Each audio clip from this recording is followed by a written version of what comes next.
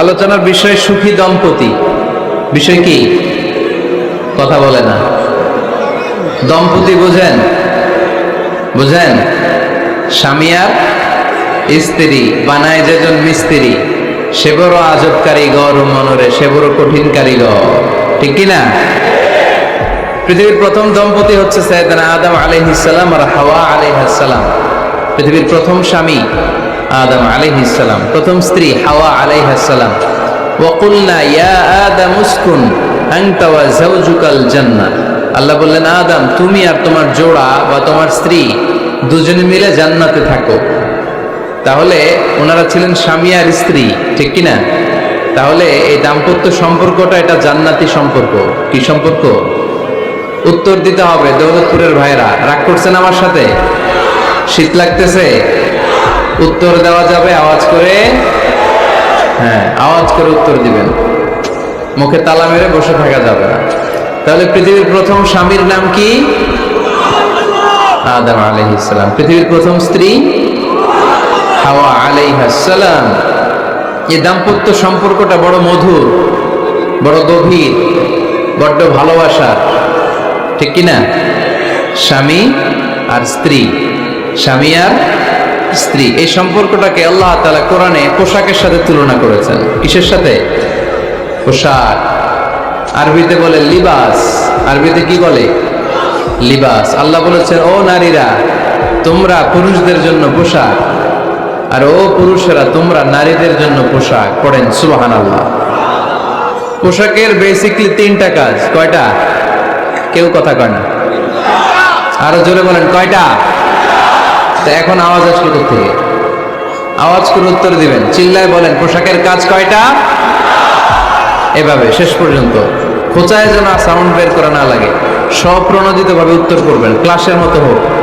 তিনটা কাজ। এক নম্বর কাজ হচ্ছে পোশাক ইজ্জতের আবরু, লজ্জাস্থান ঢেকে রাখে। ঠিক কিনা?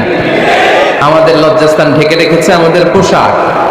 ঠিক তেমনি স্বামী তার স্ত্রীর ইজ্জত হেফাজত করে, স্ত্রী তার স্বামীর ইজ্জত হেফাজত করে, স্বামী তার স্ত্রীর চরিত্র হেফাজত করে, আর স্ত্রী তার স্বামীর চরিত্র হেফাজত করে। এজন্য আল্লাহ একে অপরের উদাহরণ দিতে যে লেবাস বা পোশাকের সাথে তুলনা দিয়েছেন। সুবহানাল্লাহ পড়েন। পোশাকের দুই নাম্বার কাজ হচ্ছে সৌন্দর্য।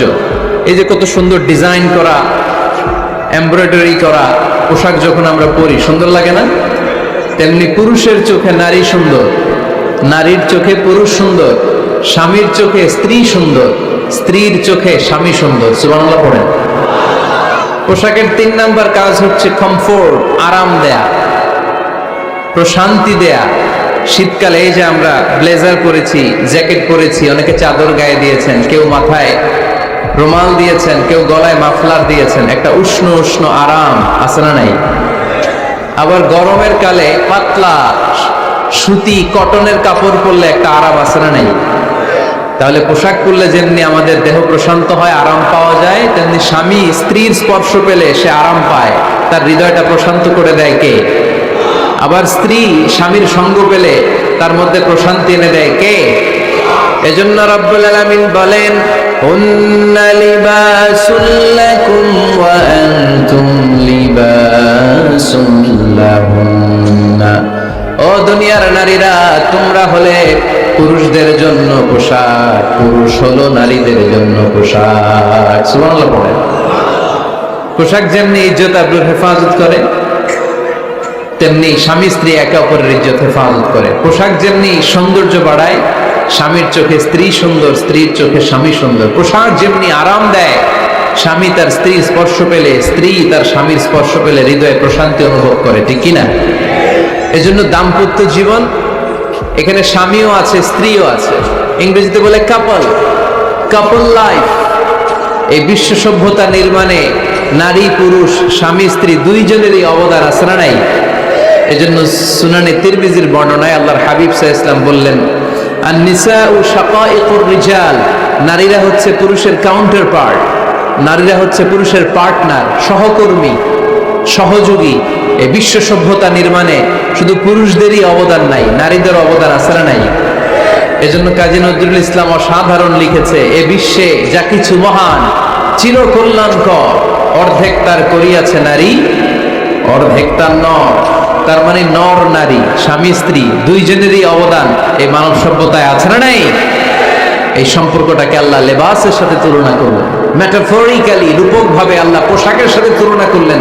পোশাক যেমনি গায়ের সাথে লেগে থাকে, পোশাক যেমনি চামড়ার সাথে মিশে থাকে, স্বামী স্ত্রীর সম্পর্কটাও এরকম একাকার, মিলেমিশে ভালোবেসে একাকার। স্বামী স্ত্রীর রিলেশনশিপ সম্পর্কটা অনেকটা হাত আর চোখের মতো। হাত ব্যথা পেলে চোখ দিয়ে পানি ঝরে, আবার চোখ দিয়ে পানি ঝরলে হাত সেই পানি মুছে দেয়।